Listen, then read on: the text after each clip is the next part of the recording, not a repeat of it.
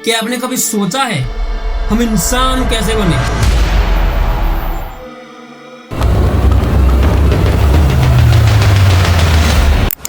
यह पृथ्वी कैसे बनी?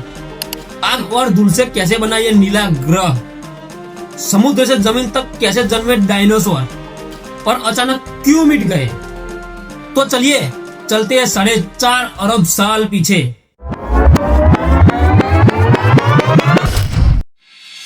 शुरुआत में सिर्फ धूल और गैस थी। एक विशाल बादल नेबुला, इसके केंद्र में हमारा युवा तारा सूरज जन्मा। सूरज के चारों ओर घूमती चट्टानी रिंग में कण आपस में चिपकते गए, टकराए, टूटे और फिर गोले बन गए। इन्हीं विशाल टक्करों से हमारी पृथ्वी का जन्म हुआ। उस वक्त पृथ्वी एक उबलता हुआ आग का गोला थी, पिघलता हुआ लोहा, ज्वालामुखी और जहरीली गैस। जैसे जैसे सतह ठंडी हुई, भारी तत्व कोर नीचे डूब गया और हल्के ऊपर तैर गए। इस प्रक्रिया को डिफ्रेक्शन कहते हैं।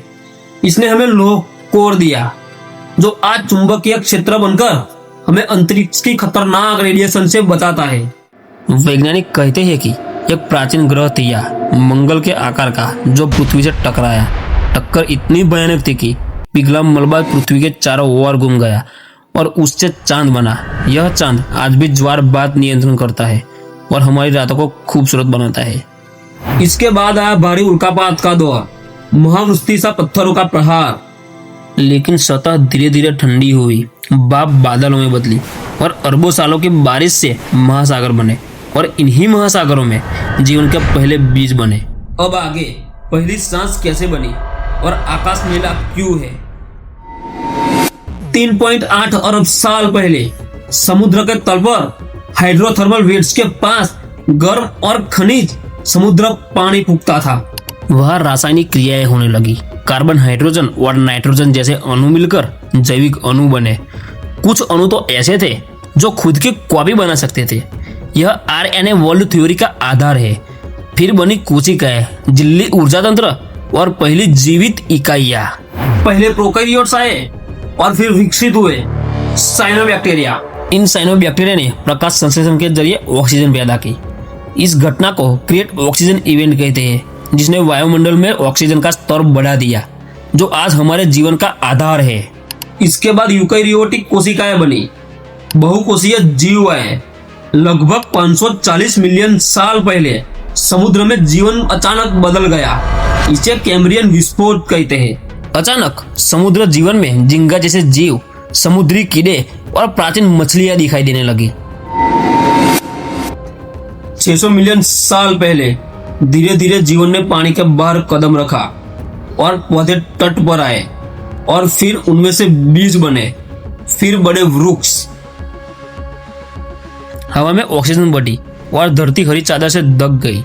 मछली के कुछ समूहों ने अपने फिन्स को अंगों में बदला और वे अभयचर बन गए।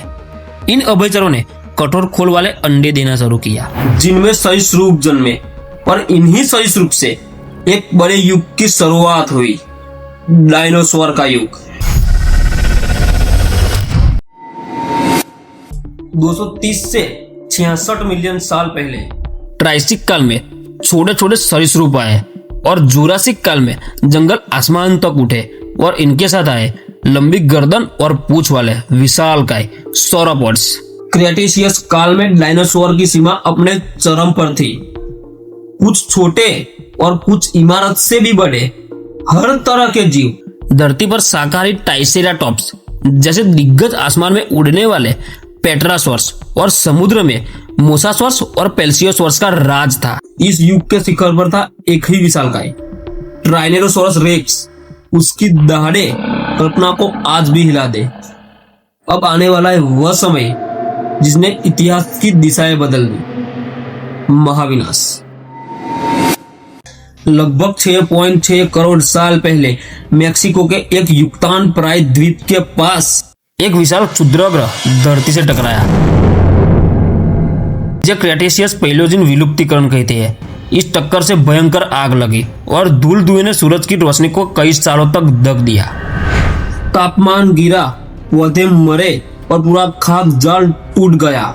इस तबाही से ज्यादा असर बड़े जीवों पर पड़ा, जिन्हें जीवित रहने के लिए बहुत ज्यादा भोजन चाहिए था और इसलिए विशालकाय डायनासोर इस महाविनाश से नहीं बच पाए। पर क्या आप जानते हैं, जिस महाविनाश ने एक युग का अंत किया, उसी ने एक नई युग की शुरुआत की। डायनासोर के युग में स्तनधारी पहले से मौजूद थे, लेकिन वो छोटे और कमजोर थे, लगभग चूहे या छछूंदर के जैसे।